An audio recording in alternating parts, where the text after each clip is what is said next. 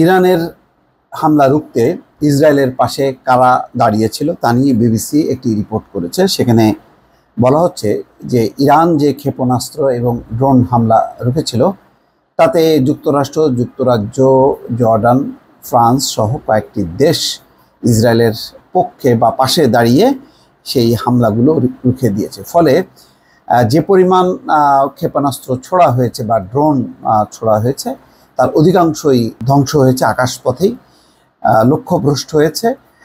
তবে তারপরেও বেশ স্পর্শকাতর সামরিক ঘাঁটি সহ অন্যান্য জায়গায় আঘাত এনেছে। পুরো চিত্রটা এখনও পাওয়া যাচ্ছে না।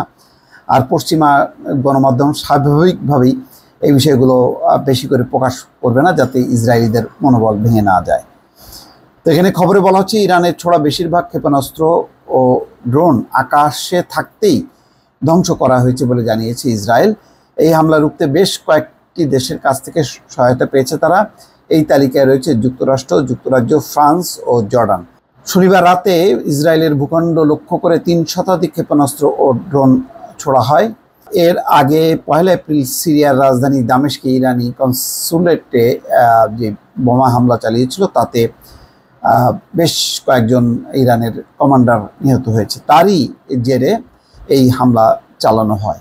গতকাল ইরানের হামলা শুরুর পর যুক্তরাষ্ট্রের সামরিক বাহিনী কয়েক ডজন ক্ষেপণাস্ত্র ও ড্রোন ধ্বংস করেছে বলে জানিয়েছেন দেশটির প্রতিরক্ষা মন্ত্রী লয়েড অস্টিন। যুক্তরাষ্ট্রের প্রেসিডেন্ট জো বাইডেন বলেছেন, ইরানের ছোড়া প্রায় সবকটি ক্ষেপণাস্ত্র ও ড্রোন ধ্বংস করতে ইসরায়েলকে সহায়তা করেছে যুক্তরাষ্ট্র। হামলা ঠেকিয়েছে যুক্তরাজ্যের যুদ্ধবিমানও। সিরিয়ায় থাকা যুক্তরাজ্যের রয়্যাল এয়ারফোর্সের জঙ্গি বিমান ইরানের নিক্ষেপ করা ক্ষেপণাস্ত্র ও ড্রোনের অনেকগুলো আকাশেই ধ্বংস করে। যুক্তরাজ্যের প্রধানমন্ত্রী ঋষি সুনাক আজ বলেছেন, ইরানের নিক্ষেপ করা ক্ষেপণাস্ত্র ও ড্রোন লক্ষ্যভ্রষ্ট করতে একটি আন্তর্জাতিক সমন্বিত প্রচেষ্টায় যুক্তরাজ্য অংশ নিয়েছিল। এজন্য ওই অঞ্চলে নতুন করে আরও বিমান পাঠিয়েছিল রয়্যাল এয়ারফোর্স।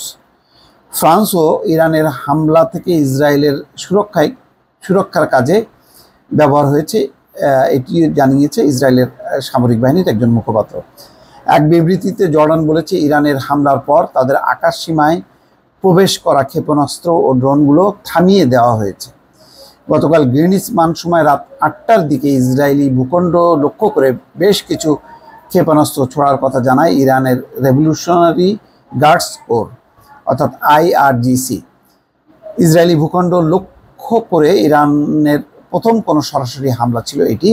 ইসরায়েলি সেনাবাহিনী জানিয়েছে, ইসরায়েল লক্ষ্য করে ইরান 3 শতাধিক কিলার ড্রোন, ব্যালিস্টিক ক্ষেপণাস্ত্র ও ক্রুজ ক্ষেপণাস্ত্র নিক্ষেপ করে। এর মধ্যে বেশিরভাগই ক্ষেপণাস্ত্র ইসরায়েলের আকাশ সীমায় ঢোকার আগেই ধ্বংস করা হয়। তবে ইসরায়েলের দক্ষিণাঞ্চলের একটি সামরিক ঘাঁটি সহ কয়েকটি জায়গায় আক্রান্ত হয়েছে, সেখানকার অবকাঠামোগুলোই সামান্য ক্ষয়ক্ষতি হয়েছে।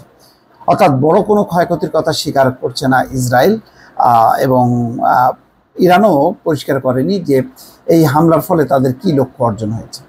দর্শক, ভালো থাকবেন। আল্লাহ হাফেজ।